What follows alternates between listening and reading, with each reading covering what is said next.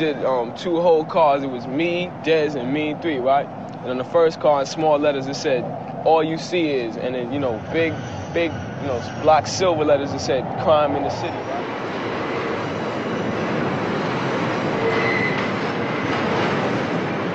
At the Grand Concourse 149th Street station in the Bronx, graffiti writers gather at what they call the writer's bench.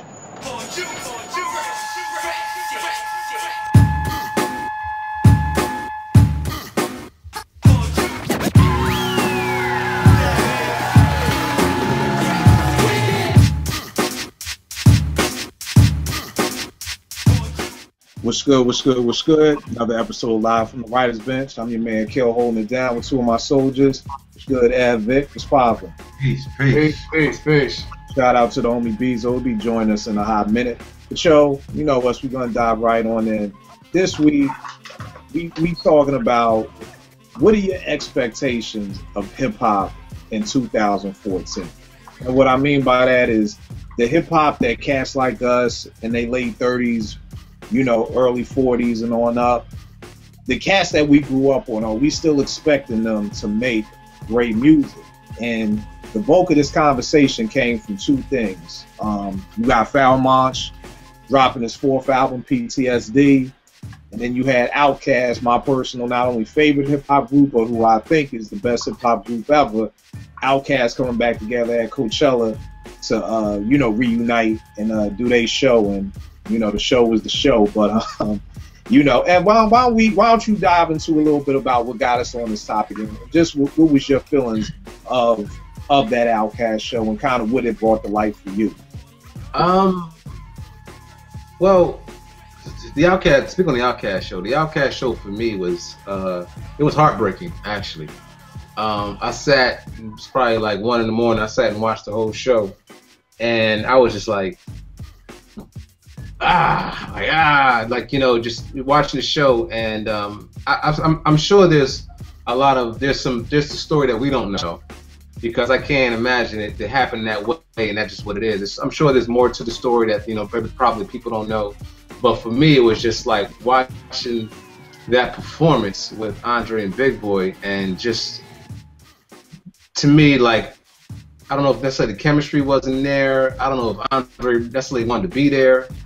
Don't really know what it was, but at the same point in time, you know, when I first saw that they were going back on stage again, you know, you get excited, and I think it's kind of like, I think in a sense it brought up this thought in my mind, like, you know, some of us are still waiting for Lauryn Hill to drop an MC album.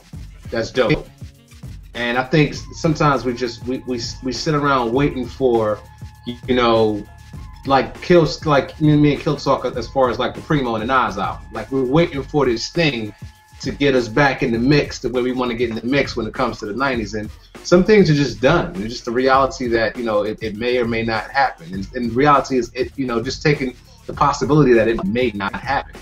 So for me, it just brought up those thoughts, like, you know, what things am I holding on to? Like, for me, Outkast. You know, to me, I'm still going to hold on someone to Outkast to see, because I still want them to do something together again that's dope. And I still, you know, so it's like, when at the point that I'm in and coming up in the 90s and having that era of hip hop, and at what point do I be like, okay, let me kind of tune my ear to what's going on right now? Like, for instance, checking out the cat Chance the Rapper. And before him, it was Kendrick Lamar. Like, Kendrick Lamar, I kind of fought when people was telling me, like, oh, you should check out Kendrick. And I was like, I listened to a little bit here and there, but not when I really gave it an ear. I was like, oh, dude is really nice. You know, kind of the same thing for Chance the Rapper. He's a little different, but I'm like, dude is kind of nice. But if I'm still stuck into, not stuck, I hate to use that word, stuck, but if I'm still looking for that thing in the 90s that didn't happen in the 90s and I want it to happen now, like, at what point in time do I release that? And what point in time do we release some of these quote unquote unicorns that we're looking for? You know, so I feel like the Outkast performance was heartbreaking, because it was like a reality, like, okay, maybe just not there no more. You know, maybe this fantasy world I was kind of putting myself in, maybe it just doesn't exist. And just hearing new stuff from artists that I've loved to death, and it sounded subpar. You know, and these are cats, the MCs that were hot to death in the 90s, and even some of them after the 90s. But now it's like they're kind of dying out. So, you know, it makes me wonder, are we at a point in time whereas, you know, the music that we held close, maybe it had its span. And I'm not talking about hip hop, I'm just talking about that era, you know, that time frame of that music. So that's just my thing too. It's kind of like, you know, I guess in comparison, you could think like when jazz was hot, and you know, how some jazz musicians may look at jazz now. You know, like, are they still looking at it the same way they did and appreciate it the same way they did back in the 60s, the 70s, the 50s, and things like that? Or is it a different type of jazz altogether? You know, even, you know, I hate to be long-winded, but even like Stevie Wonder. Like, Stevie Wonder dropped an album, but it's not going to be intervisions for me. It's not going to be songs in the key of life. You know, so, I mean, am I not allowing Stevie to grow and be who Stevie's going to be? Or am I still looking for that thing that grabbed me back then? So that's kind of where I came into, you know, into this part of the conversation, that it was just that realization of this may be just a changing of the guard, that, you know, maybe we're not giving enough ear to what's new, and we're holding on to what's old. Right. What you think about that, Vic? A lot of things. You know, I've been listening to a lot of different music for a long time now, and my thing with the rappers, I'm not done with hip hop, but I've probably been done with rap music for a long time. It's not to say that I don't listen to anybody new or I won't listen to it, but my expectation of it probably went away, man, for a while now. You got these guys now, man. It was like, you know, I think we had this conversation before, and it's just in the back of my mind. It's almost like these cats, MCs, DJs, they should have learned to play some instruments, man. Because it's like, you know, I guess what I'm trying to say, like, Big Daddy Kane, and you look at the time spread, like, should he be on, like, you know, some Marvin Gaye stuff right now? You know, the subject matter, the sound of his music, all of that. It's like these cats, they keep coming out, and it's like they keep going back to '94. And I don't think that's fair to us as fans. You know, I don't think it's been fair to us, man. I know that probably sounds like it doesn't make any sense, like my words and my idea really isn't going down right now, but you know, I just been done for a long time, man. I would have thought, like, right now I would be buying a Slick Rick album, you know what I mean, and it would just be banging. But it's like, to me, I guess these guys never changed their subject matter. They didn't like let that grow up, and I think that hindered them a lot, man. You know what I'm saying? But we all 40, 50. You know, Chuck D down there, he's in his 50s. What would he be rhyming about right now?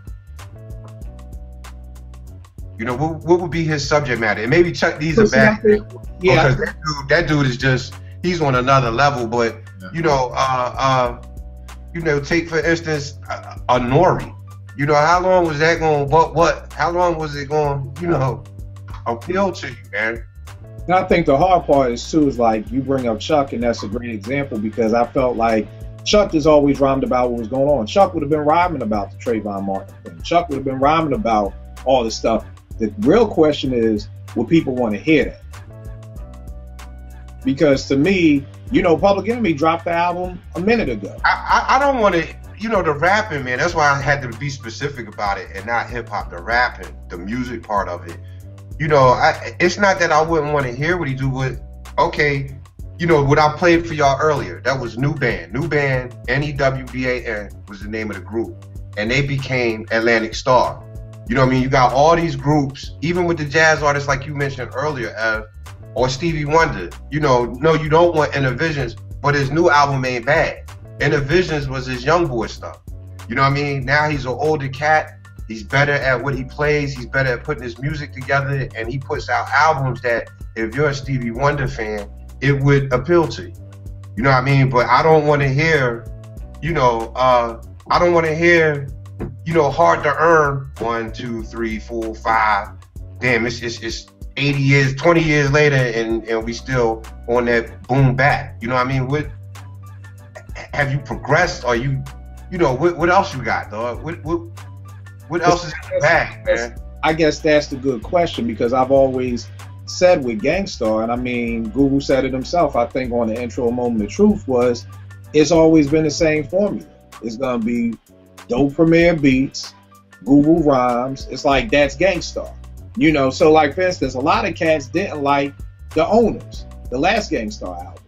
I like it. I mean, to me, cats was like, yo, that's whack, da da da, they done. And I'm like, yo, this is a solid album. I mean, no, it's not Moment of Truth, but it's a solid output. But it's almost like, do we as hip hop heads, like you said, Vic, get tired of the boom bap? Right. Because to me, that's why I'm hearing you say, like, how long can we do this boom bap? What are you going to progress on to? But it's almost like, is there really a progression from boom bap? You know what I mean? Well, look at the Roots. How y'all feel about the Roots? Because that's, to me. Hold tight on that one for a second. Ev, you was about to say something. Oh no, I was saying, is there even a reason? Well, how can I say? Not to progress. I was gonna say, is there a reason to progress from the boom bap? Like, my thing is, just like you said with The Owners. Like you said, it was a pretty good album. Or like Vic said for Stevie Wonder, it's not bad. But my thing is, are we allowing the music to be lesser than the quality of what we expect from the artist? And if that's the case, then why are we doing that? Because just because you get older doesn't mean the music has to get bad. But on the other side of the fence, I'll say this. Music has a time frame. Everybody has a time. People are going to be hot at one point, and then they're going to kind of die out. So it's just like, is what we're talking about, or these ideas, just the time frame of what this artist was able to do during their peak. Maybe they're not peaking anymore. Maybe they may come back and peak again. So that's just things that I throw out onto the table. Now, and Vic, to go back to your thing about the Roots, the reason why I said hold off on that was because me and Ed was talking about earlier, I had sent out the Roots' new single, When the People Cheer. And I sent it out. I don't know if you got a chance to check it out, Vic, but whenever I hear new stuff, I'll send it to everybody on the bench just to get y'all take on it. But it's subpar. Like, it's so subpar to me that it's just like, yo, this is the first single? Like, really? This is it? Like, y'all gotta be kidding. Like, this can't be the first single from what I know a lot of people consider one of the best hip hop groups ever. Like, it just can't be. Like, it's so subpar that it's just like, this sounds like something that wouldn't even made it out the studio back in the Philadelphia days. Like, this would be something we heard 50 years later on, like on some old demo stuff. But this is the first single. Like, so that's the thing. Like, with the Roots, to be honest with you, I haven't enjoyed an entire Roots album, and I think that's the thing, that hip hop is becoming, to me, really single oriented more now than ever.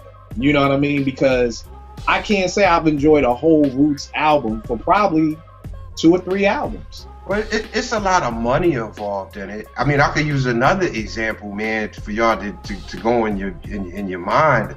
John Coltrane. He started out with bop.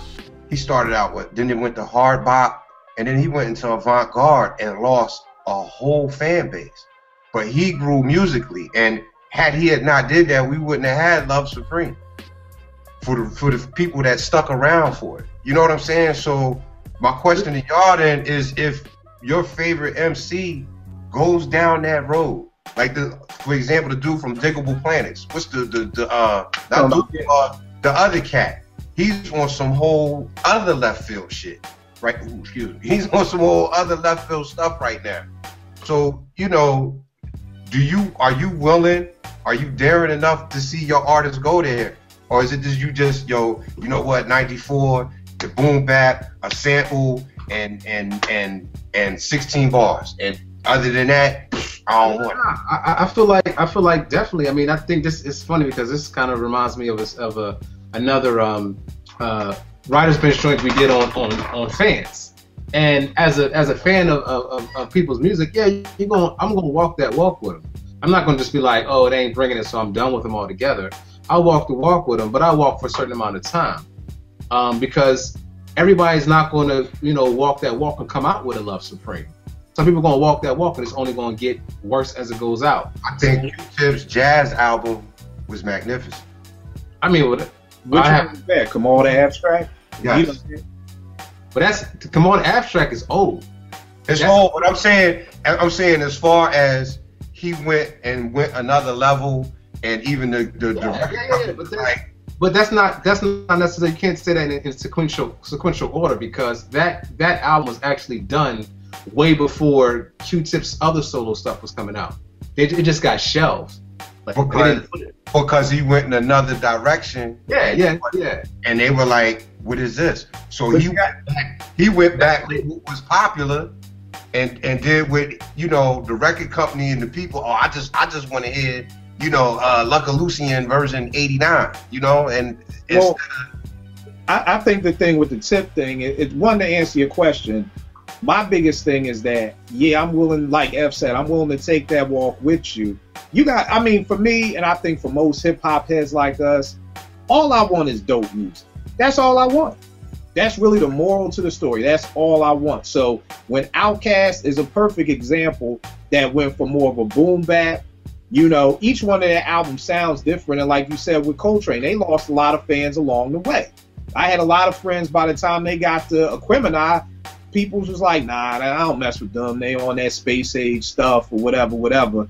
You know, whereas I'm like, yo, but the music is still dope. Bombs Over Baghdad is probably the most I won't even say it's not hip hop, because you see him up in the video on the MP, the SP. So, but to me, that's the progression, but it's still dope music. What happens is I feel like a lot of artists, I'll give you a great example. Bet money Common will tell you Electric Circus was progression. And that album was trash to me. I've tried to like it. You know what I mean? Like, he even said on the next album, B, like, what did he say on that joint with, he said something like, oh, I heard The Corner. Oh, he's back. Like, even Com knows people wasn't feeling that. It wasn't a dope album. But I feel like what artists will do is they'll say, I want to try some new wave shit. And it may not be good. Like, for instance, I didn't like Come On, the Abstract. It was cool. But to me, Tip is not the MC. Tip and Common aren't the MCs that can pull that shit off to me. Andre is. Andre can pull off a Love Below. Andre can pull off a Hey Ya. Common can't do Hey Ya. Trust me, if Common did Hey Ya, same beat, same lyrics, it's a rap. But Ray does it, it sells 10 million records. So I think that's my thing, that so many artists want to get out the box, and that's cool. You can get out the box. It doesn't mean that once you get out the box that what you're doing is good. And I feel like a lot of artists try to throw that card on the table like, oh, you just want me to do the boom bap. You just want me to do this. But at the end of the day, it's like, nah, do whatever you want. But guess what? You may not be good at it. If I decide right now, you know what? I'm not making no more beats with samples. I'm going to be playing all my own instruments. But I don't know how to play instruments, and my beats sound whack. You know what I'm going to say? Y'all may be like, nah, it don't sound good, Kill. I'm going to be like, nah, because y'all just want me to stick with that boom bap. It's like, nah, you can play instruments, but you don't play good. Like, that's my thing, that if you're making dope music, that's all I care about. If Pete Rock came out with an album with CL Smooth right now with no samples but had people playing music and it sounded good, thumbs up. I'm not sitting here like, oh no, that's whack because Pete ain't used the SP. All I want is dope music. And I think the thing is, when you talk about Outkast, I think they were the ones that actually, to me, I've been an Outkast fan since Southern Playlistic, but they were the ones that, to me, stepped out and got better. Like, I liked when they went out. I liked the Aquemini. I liked AT Aliens. I liked, everything that they put out to me. It was a different album, but it was progression. And I think sometimes we have to even look at when we say step out, because sometimes some artists step out for money, not because they're trying to be more artistic. It's because they're trying to gain a bigger fan base. They're like, well, if I go over here and do this, maybe I'll get some more money out of this in the end of the day. So it's not necessarily them trying to be creative in a sense. It's them trying to be economic. Like, I'm just trying to gain some finance from what I'm doing. But I think, like Kill said, stepping out is cool because we're artists and we should grow, but it should be dope. Don't step out and be like, oh. Well, that's my problem I have with it, man. It's like, so, like for me, like, what if, okay, we just said Outkast. You know, what if Outkast went the rock and roll way of things, man, and did a Fela Kuti type cut that was 20 minutes long? If it was, if it was dope, it was dope. So no matter what they do, as long as it's dope, it's dope. But you gotta understand, Vic, that everybody can't do. It's like ball. I can't. If I try to emulate all your moves, some people are 3-point specialists. Some people got a good handle. Everybody can't do the same thing. So when you think of Bombs Over Baghdad, to be honest with you, when I first heard it, I ain't like it. I was like, yo, what the hell is this? So as an artist, hold tight. You was talking about rock and roll. They got the rock guitars in it at the breakdown at the end. They got the choir singing Bombs Over Baghdad. I was like, yo, this is whoa. It took me a minute for me to wrap my head around it. But at the end of the day, on my best of Outkast, guess what sets that off? Bombs Over Baghdad. I'm thinking more like early funkadelic rock, actually, which throws a lot of people off when I play. Hold tight for a second. Hold tight. Let's welcome the boy Beezo. What's good, baby? It's good. Yo, I'm laughing because I'm about to hit the controversy button because I'll be honest with y'all, man. I was never really a big Outkast fan like that at all. I mean, I've always respected them. Like Miss Jackson, and they had like songs that no doubt I rocked with, and I listened to on a regular and all that. But I never bought an album. I wouldn't be first, second, third, or even on the line to go see them perform. Although I know they are great performers. Putting this last performance aside, because I did watch. Me and Kill talked earlier today, and he was telling me, Ev, about your complaint. I watched it. I was like, damn, yo.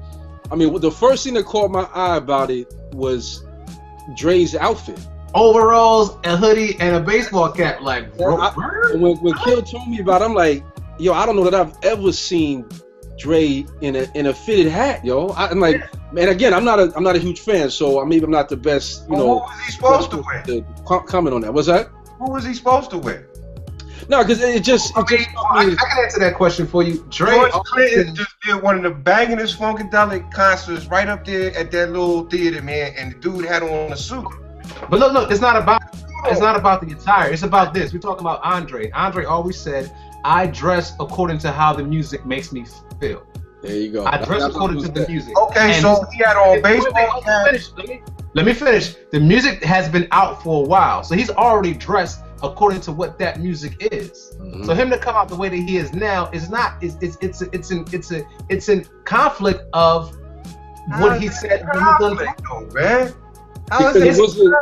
He looked like a hood farmer almost. What if come to find out y'all found out his luggage got lost? And that was let me just say this. I'm just saying, hold tight, Beezo. What you saying? Then let me say this: that I only said that, Vic, because that was the first thing that struck me. Now I'm not holding it against him. Now, if the performance had been dope, and he was just like that, it would have just been, odd or whatever. It wouldn't have been that big of a deal. But when I saw that's the first thing that jumped off the table to me. Like, damn, I never seen Dre look like that. And then I'm watching the performance, and it was a weird kind of herky-jerky, kind of all over the place. When he left for a minute and came back. What's that? Vic, did you see it? Nah, I didn't see it. You gotta watch it then. You gotta watch it. It was odd, man. It was just, it didn't come off like it almost, like I said to Kill this morning when he told me about it. It almost seemed like Dre was sleeping and somebody called him like, yo, we got a show tonight. Oh yeah, hold up. And he threw on some gear and headed out and came. And it was like, you gonna get dressed? He was like, nah, I'm just like this. I'm good. Yeah, ready to go? Did you practice? Nah, but just like this. And that's what I'm saying. It's like, again, now I think where Ev's point and Kill is saying is like, and again, I'm not a big fan, but I always respected their craft and their artwork and their performance and everything, especially Dre, because I always saw him as the more creative of the two, partly because of the way he presented himself and all that. But it was like, damn, yo, you set the bar here already. It's not my fault, that you said it there. You said it there. So now, if you decide to not meet that, well, then you got to anticipate that there's going to be fans, especially like me, who's not a huge Outkast lover type thing, that'll be like, damn, yo, like, what's going on? And then when you hear all this other rumors and stories, how much of it's true, who the hell knows? But it just, it just set things off on the wrong foot. And like I said, when you add his attire with the whole performance, man, and the way Dre especially was in the show, he didn't seem to really be into it like that, like an Outkast performance that you would have seen, you know, in a heyday type thing. So that just, I only mentioned that about the gear because it was the first thing that stood out to me. And honestly, you know, keeping things 100, Kill didn't mention to me before I even saw it. So when I did see it, I was like, wow, yeah, okay. I did notice it, and then taking everything else into account, it just became one more thing to be like, damn, what's up with this cat's gears? Look, it's not like Dre. And I will say that he, you know, there's probably I do feel like there's more to the story, because even the fact that, you know, you got two partners on stage.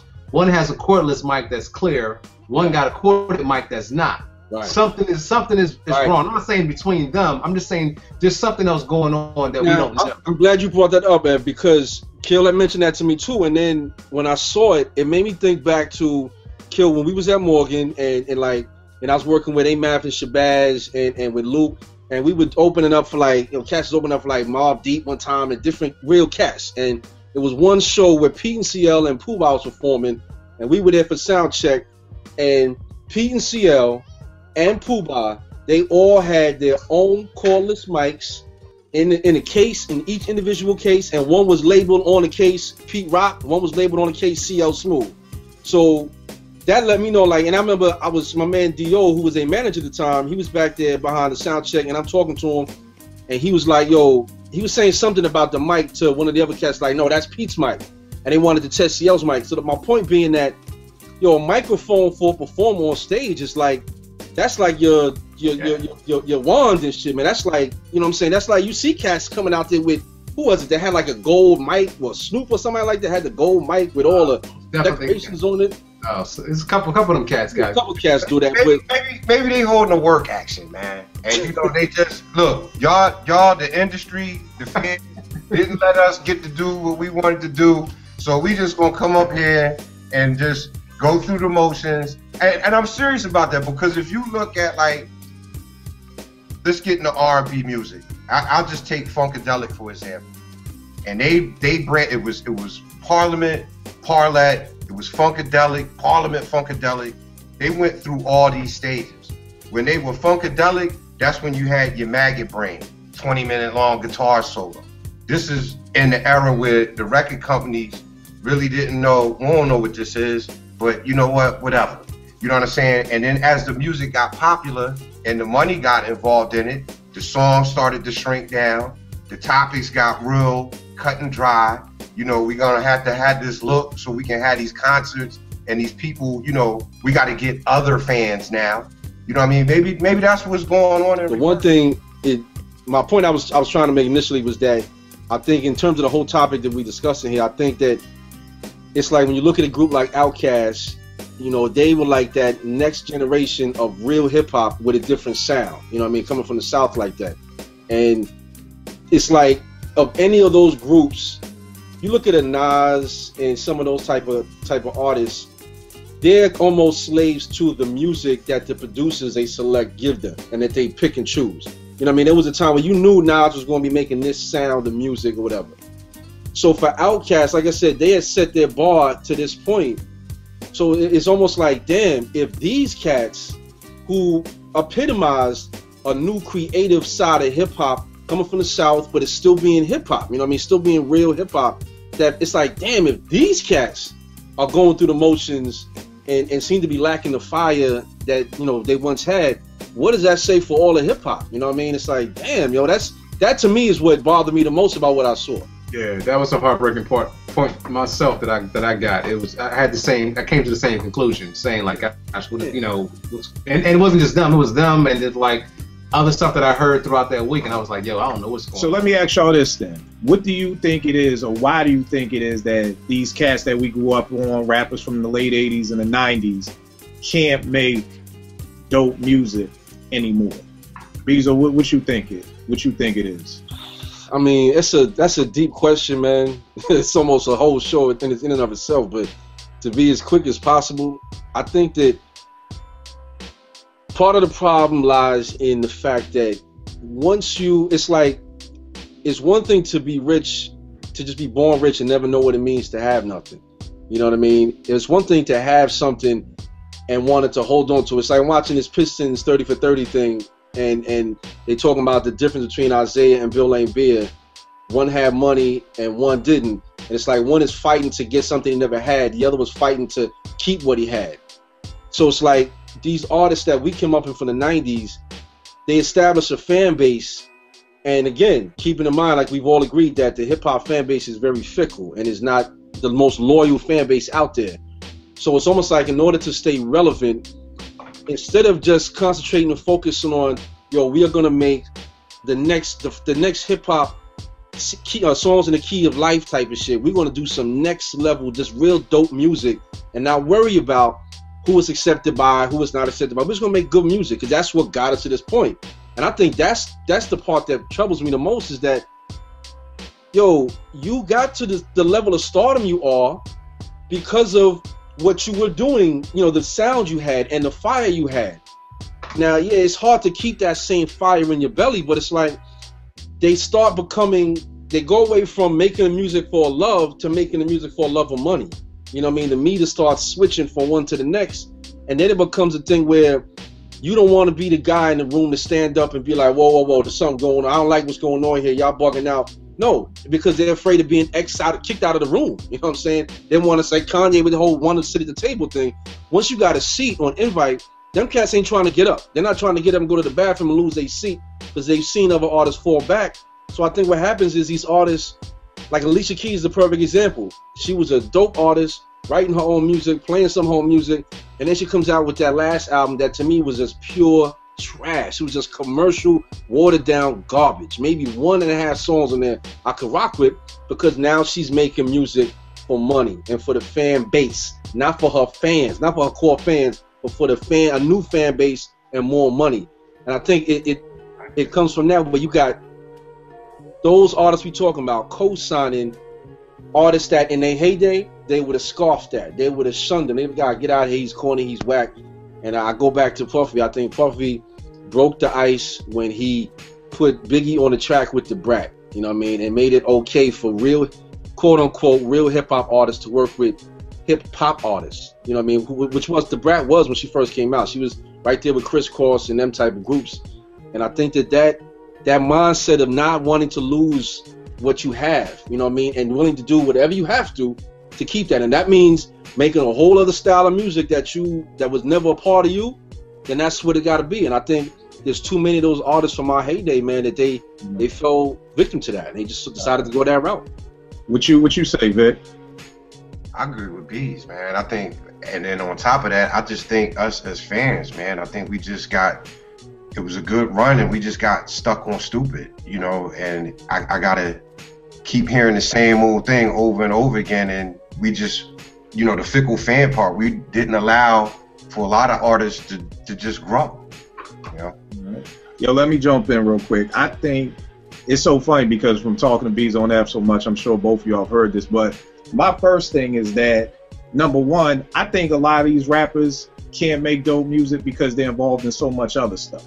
You know, you got cats who are actors, they got clothing lines, they got sneaker lines, they got cologne lines, they got all these lines. I forgot who said it, but I read it once and they said, yo, there's no way Stevie Wonder makes songs in the key of life if he's in 3 movies and the Broadway play, and if this dude is trying to, you know, produce his new clothing line or his new sunglass line, you know, the Wonder lenses, you know, like these cats, when they were coming up, hip hop was all they had. That was their way out. Like you said, Beezo, for Isaiah Thomas to get out the hood, I got to be the nicest dude on the mic. So that's where all my time is going to be spent.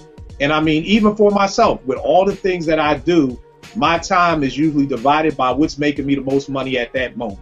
So if me and Rise are getting booked to do a lot of marriage stuff, I'm in my marriage bag. If I'm getting booked to do a lot of beats, I'm on my MPC. If I'm getting booked to do t-shirts, I'm doing that. So it's almost like your mindset moves in the direction of what's making you the most money. And I think if you fall into that line of rappers who have now gone on to do other things, 9 times out of 10, all those other things are going to pay you more than hip hop, and they're going to pay you quicker than hip hop. So I'm sure Common will get more from doing one movie than he will from doing a whole album that he has to record, that he has to then go around the world and tour off of. He's got to do radio. He's got to do press. So if I could get 500,000 boom like that from doing this movie with Morgan Freeman, then that's where my time is being spent with my acting coach. My time is being spent learning that new craft or whatever. I think another reason why they don't make dope hip hop music is because half these dudes ain't around hip hop no more. You know, when you think about it, Beezo, if we went to Beezo in our day at Morgan, how many ciphers would you see walking across campus? I mean, that was the norm, yo. That was the norm. Bet money we go to Morgan right now on a Friday night, you can't find a cipher nowhere.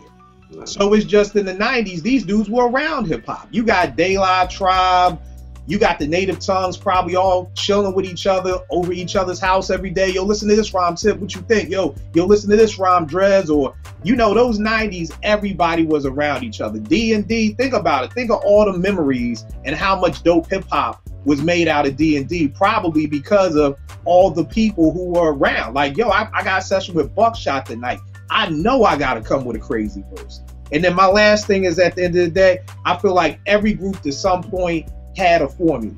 And I always said this with Tribe. After Midnight Marauders came out, they all split. You know, Fife moved to Atlanta. Ali started being an A&R for Quest Records. Tip started doing his own thing. And then ever since that, we got the Beats, Rhymes, and Life. We got the Love Movement. And it never was the same. So it's like, yo, if at the end of the day, if Fife, you want to move to Atlanta, that's good, bruh. Live your life. But when it's time to record this album, I need you back in NY. You know what I mean?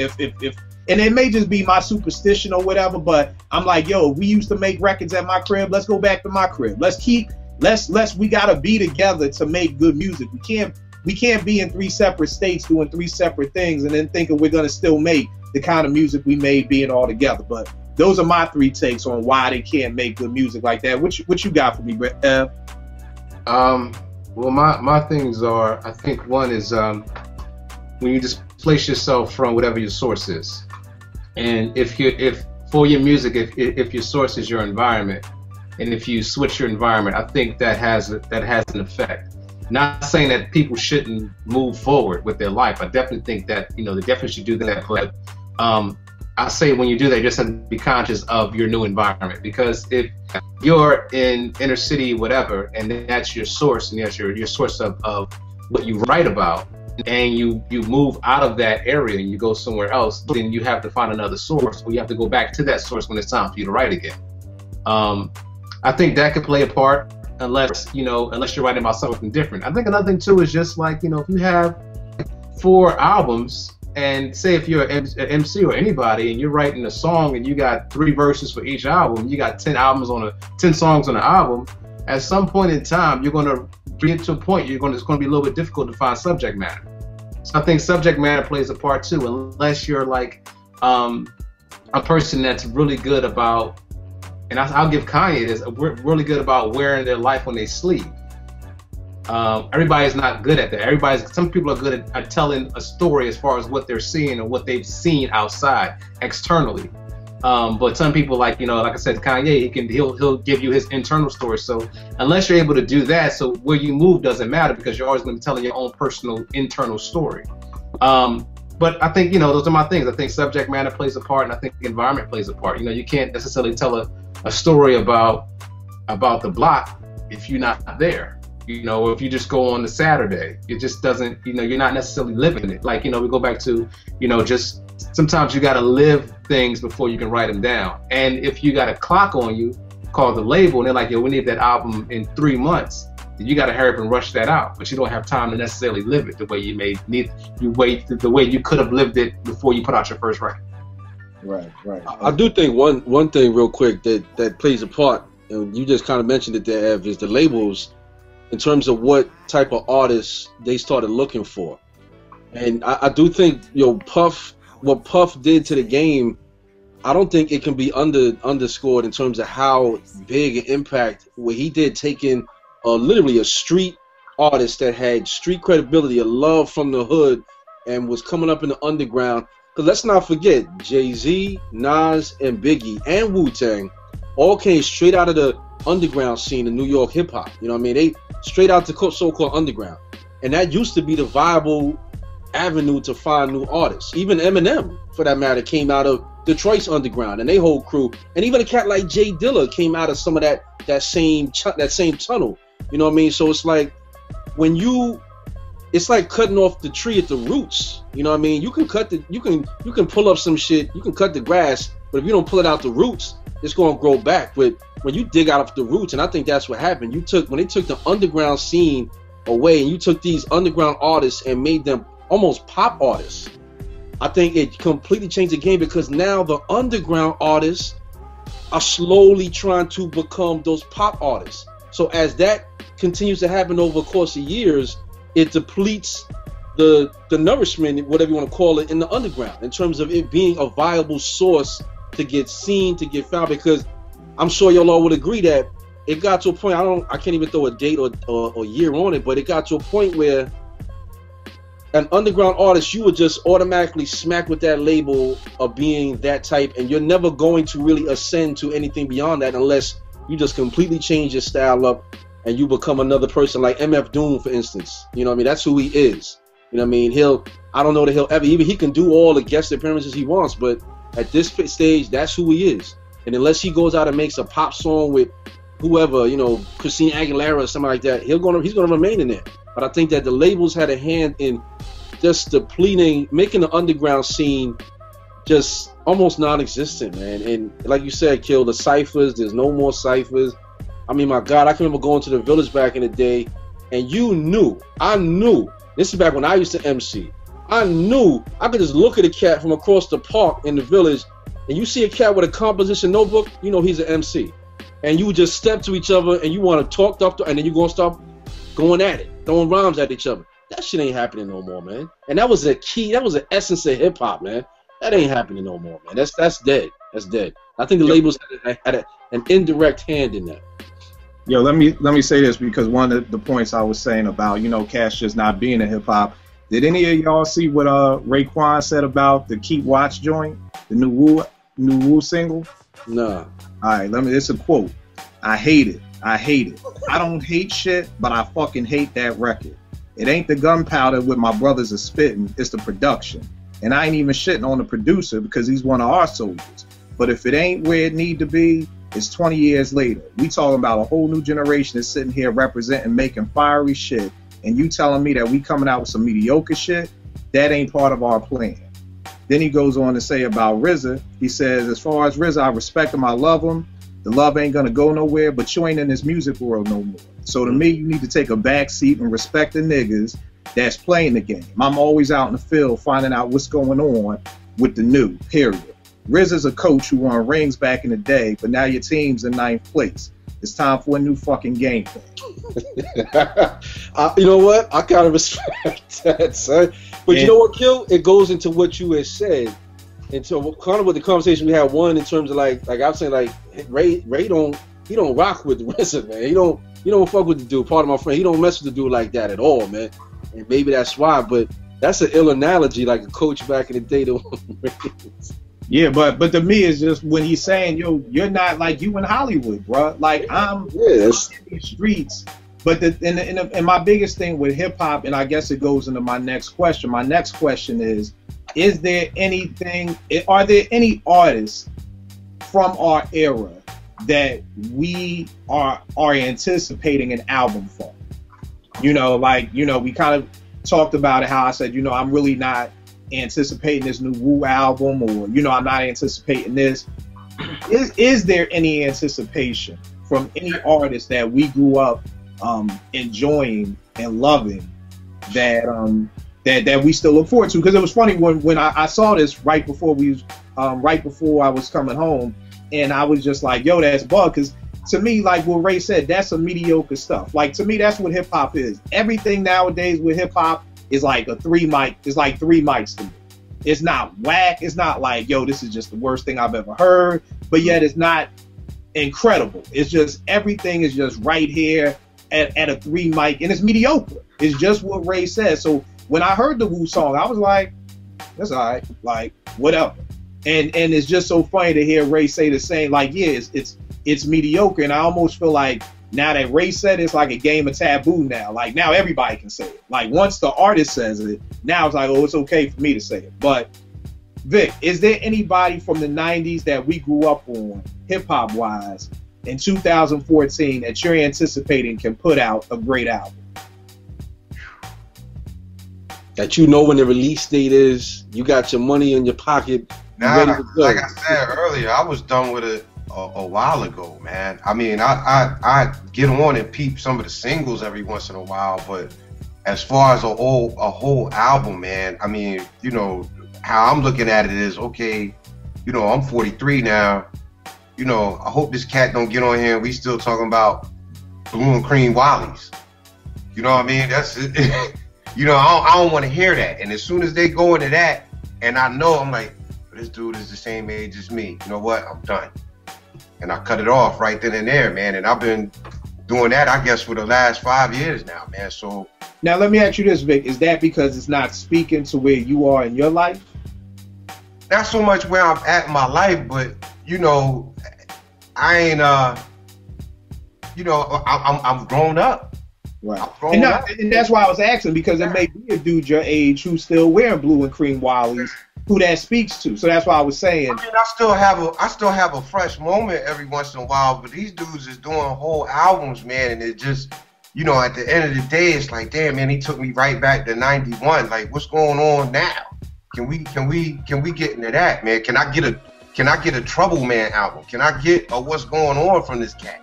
You know, why we gotta have, and I'm just throwing this out there because I was listening to it today, why we gotta have Intoxicated Demons over and over and over again, man? You know what I mean? What else you doing? What else are you gonna be talking about? What instruments can you put in this? Is it always gotta be the MP? You know what I'm saying? Where else can you take rap music? And I don't think any artist really stepped up to the plate and really just tried to do that, man. And the ones that maybe did, were we really receptive to it, man? Or is it us and we really wanted, yo, I gotta have, back to what I said earlier, I gotta have strictly boom bap. That's what rap music is, you know? It ain't nothing else, you know? So, nah, there's nobody I really am looking forward to. All right. Yo, Ed, what about you? Yeah, there's a couple people. I'm looking forward to another Outkast album, or if I can get an Andre 3000, I'm still looking for an Andre 3000 joint, because they have, in their span, they have continued to do better with each project. So I'm still waiting for them cats. And I got wind of a Diamond D joint that surprised me. So I'm intrigued by that. I'm waiting for that to drop. I'm still out, and I look online waiting for a release date. So yeah, I mean, I'm a little nervous about the Diamond D joint because I don't know where you're gonna go. But the single that I heard was a banger. So yeah, those are three I can think off the top of my head. Other than that, nobody else. That I really. And then too, I'm sorry, man. No. I'm a beat head. So when the sampling got kiboshed, that really killed it for me, man.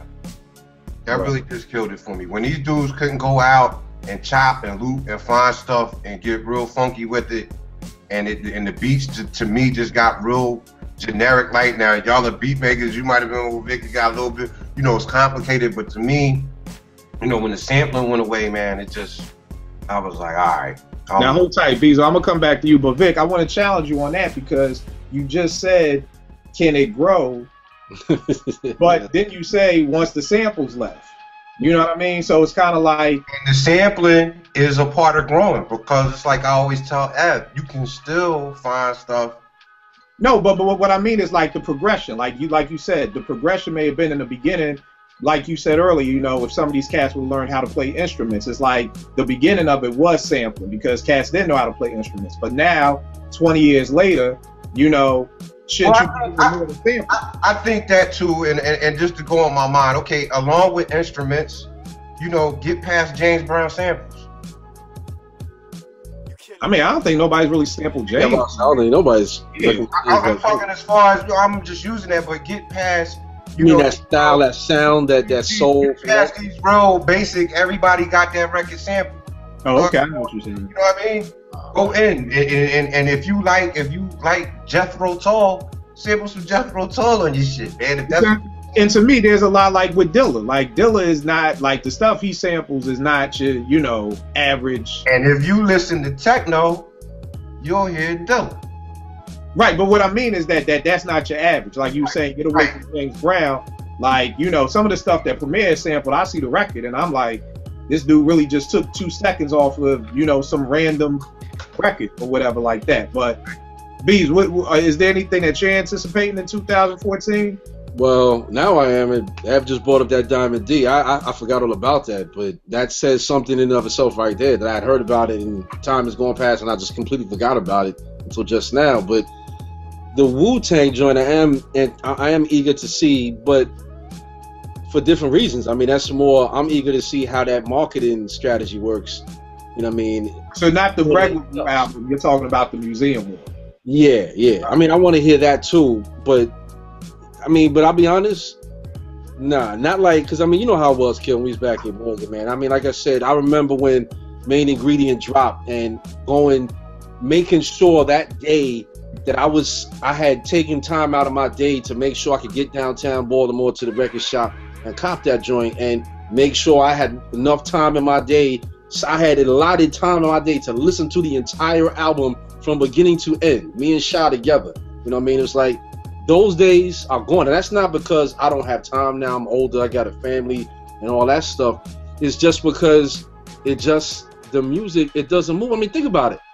Yo, Kill, like when you was at the radio station, yo, I can remember like when Roots was up there and Ray was up there and something new would come in and my phone would go off. Like, yo, Cass, you gotta hear this. And I knew if my man is co-signing this something, I gotta hear it.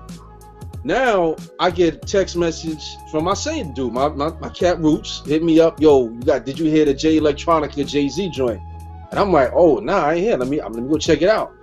And I can't rock with the production. I don't like that style of music. I'm sorry, I just don't. And people can say, oh, you stuck in that boom bap. No. Please don't anybody ever get it twisted. I know what I like. And it's like, because I don't like that style of music, I'm not hating. You know what I'm saying? It's just, I just don't like that. I don't like asparagus. You know what I'm saying? But it's not because I'm hating on asparagus. I don't like the way it tastes. My palate don't agree with it. So my ears don't agree with that style of production. You know hold tight. The funny thing when you just said that, I never forget when Common had that rhyme in The Sixth Sense where he says, if I don't like it, I don't like it. It don't mean that I'm hating. Yeah, that's funny. But the funny part was one time he was on OK Play in their message board room and like I was saying how I didn't like, you know, Electric Circus. And this dude told me, oh man, you hating. And I'm like, well, let me use your own line on you. Like, if I don't like it, I don't like it. It don't, but that's what I was saying earlier about the artist. The artist will try to pull every wool shade over our eyes because I'm like, dog, you're the one who said it. I'm gonna quote you. And now because I don't like your new album with this new sound, you're telling me I'm hating. But you the very dude himself who said if I don't like it, I don't like it. It don't mean that I'm hating. Right. But I just had to throw that in. I feel you because it's like I had a conversation the other day with one of my people, and I'm telling him because he rocks with some of that stuff. Like he couldn't stand Fabulous, but the Soul Tape 3 mixtape put out. He's calling me, telling me you gotta check it out. You gotta check it out. It's dope. And there's some joints on there I rock with, and there's some joints I can't because they that style of production. And he was kind of hinting at the same thing, like, yo, but you gotta be accepting of this. And I'm like, why do I have to? So everybody keeps using that word grow, but yo, things can grow sideways too. You know what I mean? Growing doesn't always mean you growing in the right direction. Some things can go sideways and grow incorrectly. You know what I mean? There is such a thing as an ingrown toenail. The toe is growing, but it's growing the wrong damn way, and it hurts and it's uncomfortable. And that's what that style of music is for me. It may be a growth, but that shit hurts, man. Ingrown toenail. It is, man. I had ingrown toenail. That's what metaphors, man. I'm loving them. Asparagus and the ingrown toenail. I'm with it, guys. Because it's like one thing I said to him is like, and I reminded him because he's the one that put me up on Maya Hawthorne. This is the same cat I'm talking about. He's the one that put me up on this group, OK Go. And I don't know if y'all familiar. Y'all seen that commercial for Lacoste where they got this beat in there. And I heard the joint. I said, "Oh my! I gotta find this song." I went online and did a search. I found it, and the song is incredible to me. The beat is harder than 90%. Yo, I love this. Is the part of the writer's bench that I love because I hear new stuff. I don't have my part with me. I do. It's right here. Yes. What's the name of the song? I couldn't even tell you what time it is. There's some European group, and it's like a remix of the original song the original song is some straight up techno house type of music, but the new joint is some it's crazy, man. Yo, about to drop something on the bench. New exclusive. Trust me. I'm saying, you see that it's a Lacoste commercial, and it's a chick, you know, with a dude, and there's all these different scenes, and then this song jumps in, and it's funny, Kill, because just 2 days ago, Roots hit me up like, yo, did you hear this song? And I'm like, yo, tell me it ain't crazy. It's ridiculous. What the hell is Disciple? I think is the name of the group. It's some like European cats. Hold on, give me 1 sec. Disclosure. That's it. Somebody playing it. This is it? Disclosure, You and Me. Yes, that's it right there. The beat in that joint when it drops is mega hard. It's harder than 90% of these hip hop joints I hear nowadays. But it's straight. It's like some techno style. So it ain't because I'm hating on the style of music. You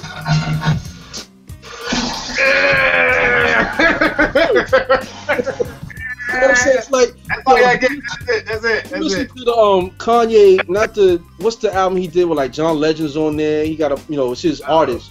Yeah. But there's a joint Bliss with John Legend and some chick. Yo, that joint is incredible to me. Kanye didn't do it. It's some white cat from Europe that did the joint. He's some techno house producer.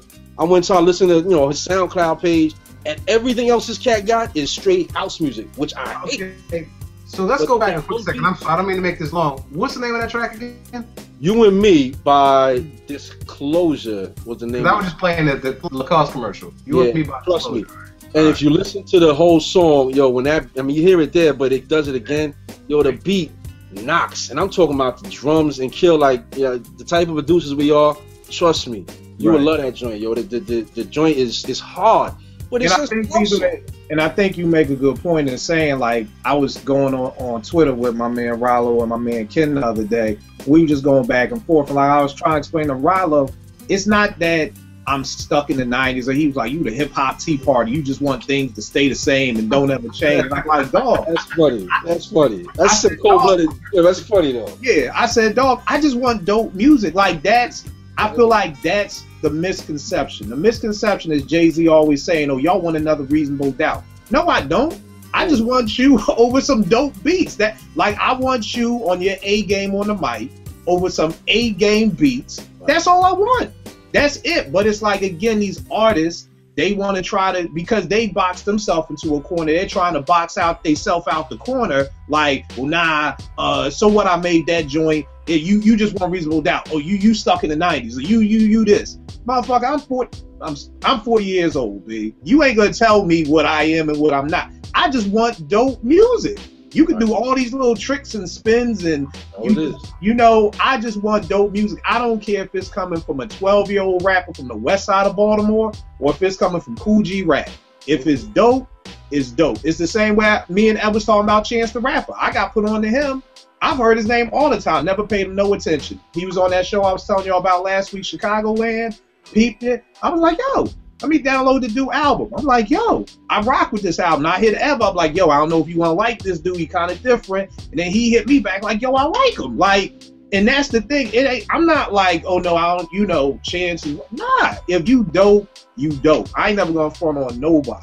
Right. You know what I'm saying? For me, the only albums I'm really looking forward to, man, and it's funny, it's like anything Alchemist does. Because I think Alchemist has kind of become the modern day Primo to me. Because back in the day, Alchemist a 90s though, a 90s artist. Would you consider Alchemist a 90s artist? He started in late 90s, so I guess maybe not. Maybe not. He really got more popularity. Yeah, you're right. So let's take him off the list then. I really want to hear that I'm with y'all on the Diamond joint, because Ev, you've been talking about that for a couple of years now. You know what I mean? So I don't know what's happening with that. And I still want to hear that Pete versus Primo album, the joint where they supposed to have, each one of them supposed to have 6 beats, and the other producer hasn't heard the other's beats, and the first time they're going to hear it is when we all hear it.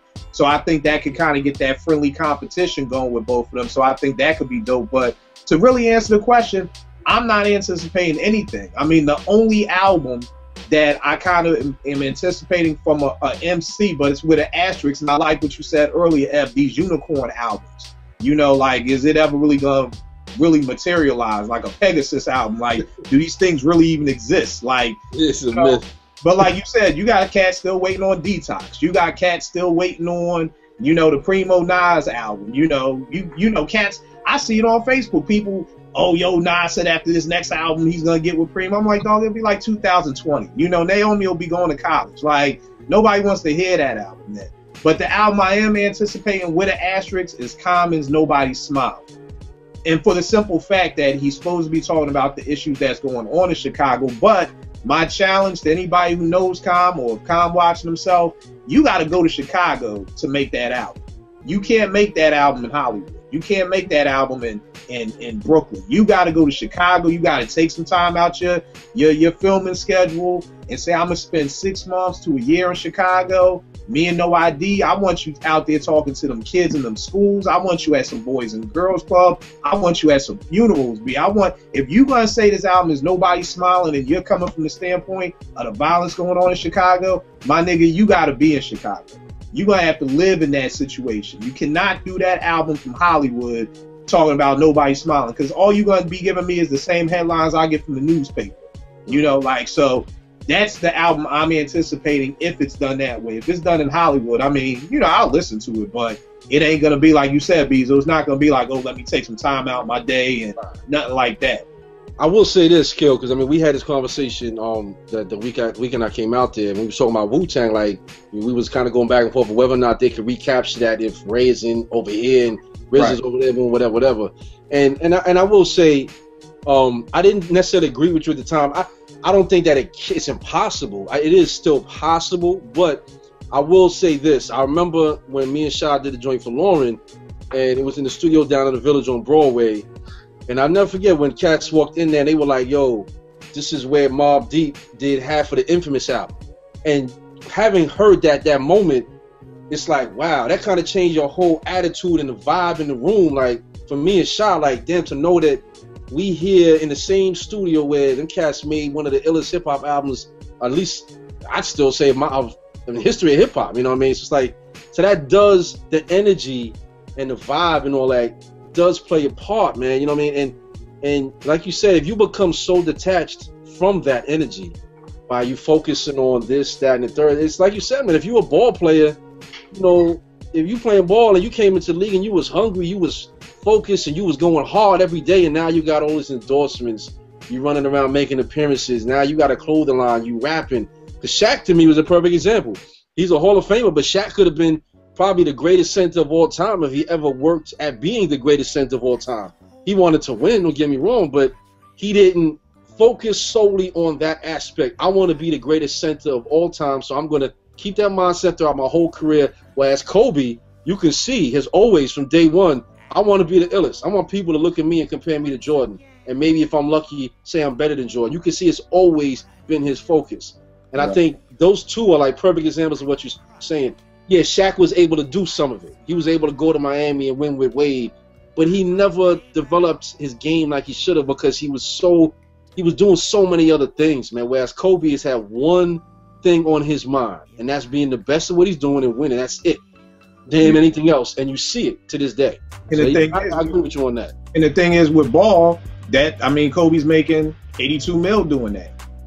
You know what I mean? See, with hip-hop, like I always said, with hip-hop, that's going to bring you in your least amount of money. You know, I'm sure when 50 was doing all his vitamin waters, 50 at his height, I mean, of course, he was selling, you know, after that first album, he didn't really sell that much. But all those other ventures is what got 50 where he's still at, like, on the top 5 list of, you know, because I was shocked to see that when it came out. Like, you know, they saying Diddy, I think it's Diddy, Dre, Jay. I was shocked 50 was still in the top 5 because I'm like, this dude ain't dropped a legit album in years, but it's all those other ventures. So Yeah, that's what it is, fellas. So, yo, another dope episode live from the writer's bench. You know what I mean? I don't know. Y'all let us know. Leave us some comments. You know, are y'all still anticipating our heroes from the 90s, or, you know, is it just they don't have nothing else to say no more? And Vic, a great thing that you brought up a while ago when we did the Tribe show, when you said Tribe broke up but they just didn't know it yet. You know, I almost kind of feel like that's what happened with Outkast with that Idlewild album, the one that they did for HBO. It's kind of like once they got to that album, even with me, I was like, it's some songs on there, some songs, but as a whole, I kind of felt like, well, I guess this is about it. Like, this is it, you know. So, you know, I think that was a great point that you brought up, Vic, about sometimes groups have broken up, sometimes rappers have fallen off, and they didn't even get the memo yet that they can't make music. So, you know, as always, youtube.com, live from the bench. Check us out, 88.9. You can check us out every Friday from midnight to 5 a.m. We on at 1:30, weaa.org. Hit us up at the Live Writers on Twitter. Another great show, y'all. Appreciate y'all. Keep it locked. Peace. Peace.